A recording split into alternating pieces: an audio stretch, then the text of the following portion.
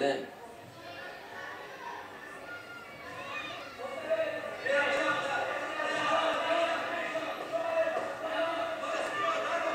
ספורטאי בכחול הולך אחורה, הוא בורח מהקו יחסי, אני חושב שהוא מקבל אזורי עונש.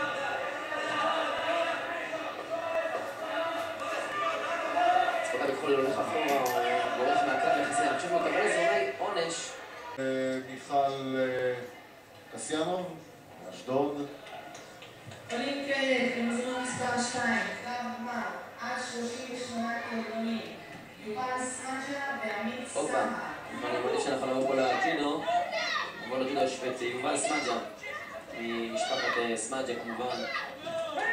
נעבור לג'ודו, הנה צף אלמוג, ליאור צביאלי, שני אלה מתמודדים על להביא כבוד למדינת ישראל, להביא מדליות, כמובן.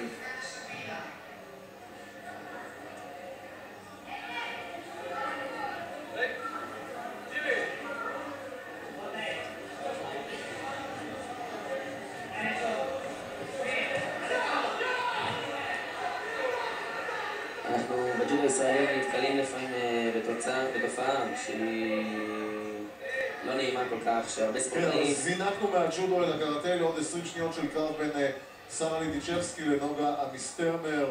סארה לידיצ'בסקי בחגורה הכחולה משמאל, קרב הגמר הזה בקראטה. יפה, ונוגה אמיסטרנר חוגגת ניצחון ומדליית זהב באולימפיאדת האלה. לאחר שראינו את סארה ניצחון הדרמטי של פתח תקווה בקצ"ל, עוד מעט תגיע הכרעת